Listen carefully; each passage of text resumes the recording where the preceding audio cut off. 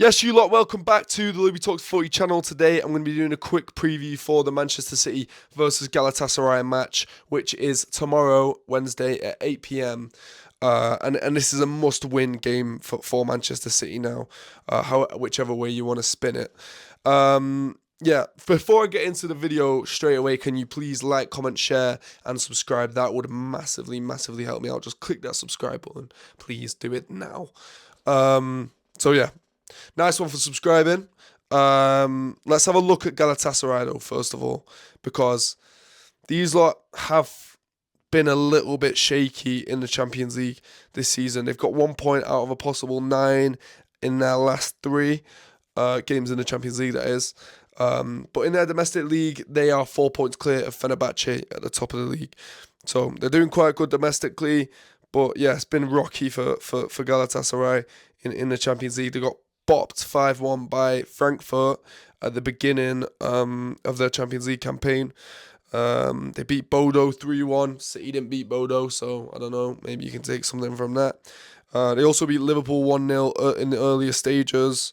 They beat Ajax 3-0. So earlier in the Champions League campaign, they were doing quite well.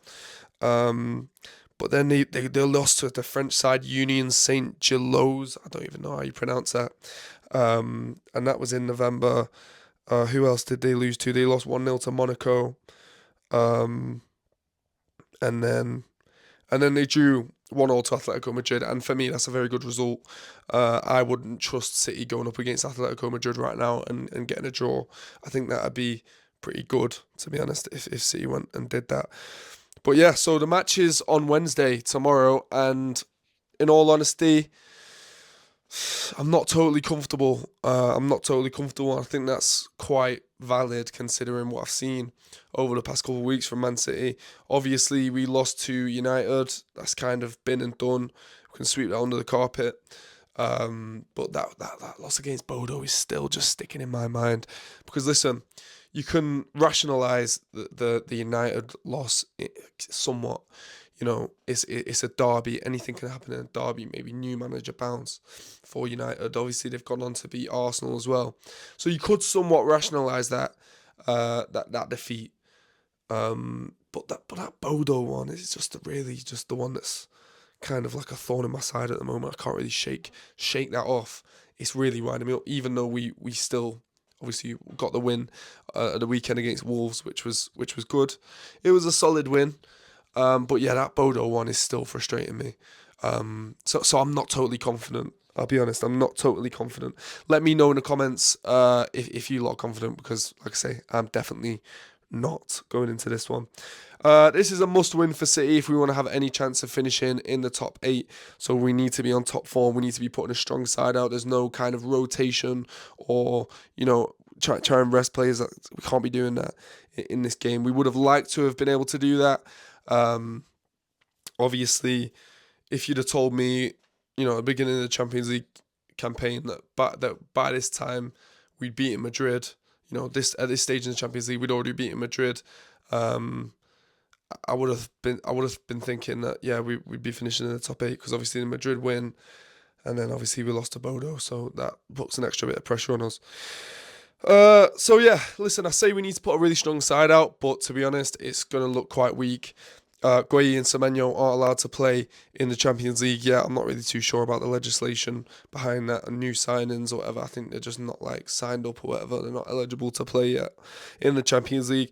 Rodri obviously picked up a very silly suspension against Bodo. He got 2 yellow cards in the space of, I think it was 58 seconds or something like that, maybe even less. It was really bad, especially from someone who you'd look at as a leader on that in that side.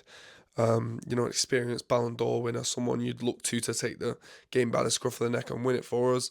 And he ended up going and getting suspended. So again, that puts extra pressure on us now to go and find a replacement for Rodri in this game.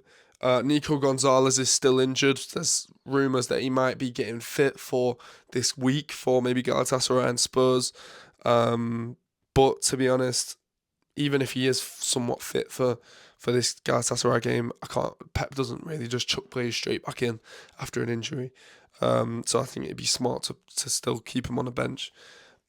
if he's not 100%, because obviously he wasn't even on the bench against Wolves, so it's not even like he was like kind of fit against Wolves and then now he can start. Nah, it'll probably be a little bit more of a slow integration.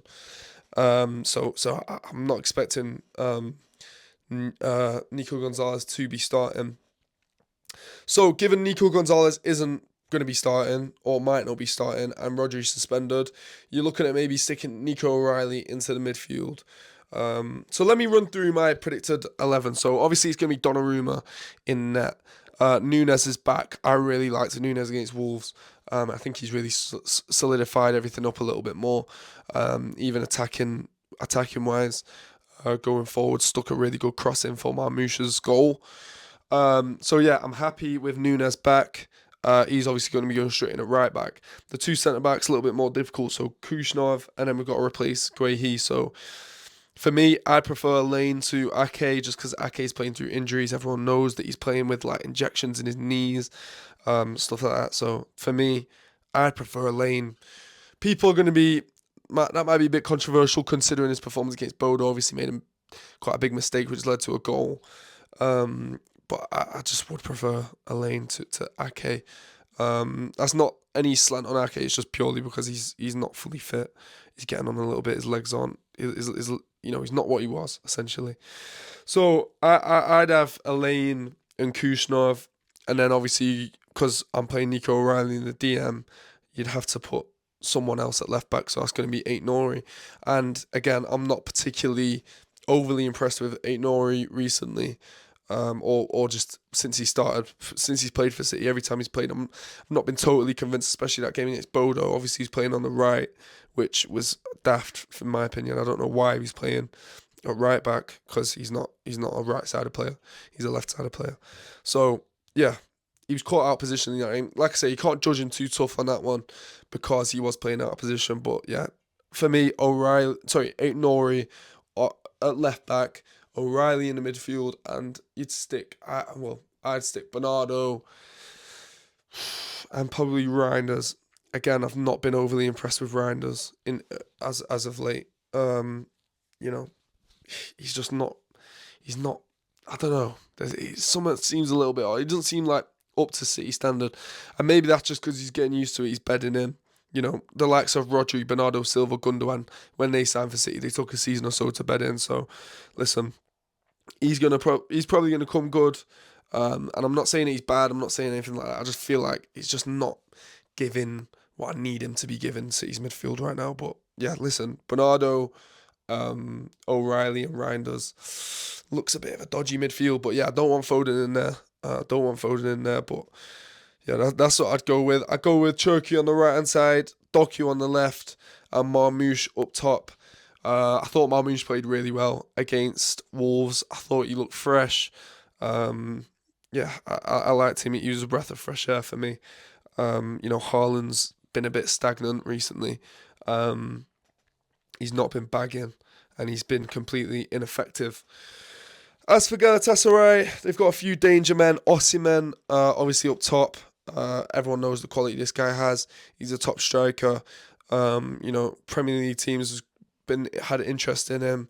Obviously, that season he had at Napoli when Napoli won the league, he was unreal. Osimhen's a top quality striker, and he can definitely cause us problems. You've got a few ex-City men in there as well. Ilkay Gundogan, obviously when he was at City, in the most recent time, or his most recent tenure at City, it wasn't great. It wasn't the appointment we thought we were getting. After he left City, we all kind of really missed him and knew we were missing him. And I think when we were linked back with him and then eventually signed him again, we were all gassed thinking, yeah, we're going to get Prime Gundo back, and it wasn't that. It wasn't what we wanted. It wasn't what we expected from Ilkay Gundogan in his second tenure at Manchester City. But yeah, to be honest, I'm not going to sit here and act like I watched like loads of Galatasaray, loads of the Turkish league. I don't know how Gundogan's doing, to be fair. He might be doing bang average. God knows. He might be doing amazing. I don't really know. Leroy Sané also plays for Galatasaray, so I'm expecting him to be starting. He didn't play the last game against bottom of the league I don't even know how you pronounce that. I'm not even going to try and pronounce that. They played bottom of the league at the weekend. They won 3-1. Sané didn't feature, I don't think. He definitely didn't start. So whether the manager's saving Sané for this game, I'm not too sure. But from what we saw from Sané at City, he was unreal. Like, I loved Leroy Sané when he was at Manchester City. But again, he's probably not the same. I mean, he isn't the same player that he was then. He never got back up to that standard. But yeah, we still know he's a danger man. And yeah, he can definitely cause City some problems as well. So listen, I'm not overly convinced that we're gonna smash these. Look, I'm not overly convinced at all. If I was to, I mean, I'm gonna do a score prediction, but I'm being biased because I'm a City fan. Well, I'm not. I feel like this is a fair prediction anyway for anyone to predict. I'm gonna say 2-1, maybe 3-1, maybe 3-2. 2-1, just because I feel like City aren't scoring loads at the moment.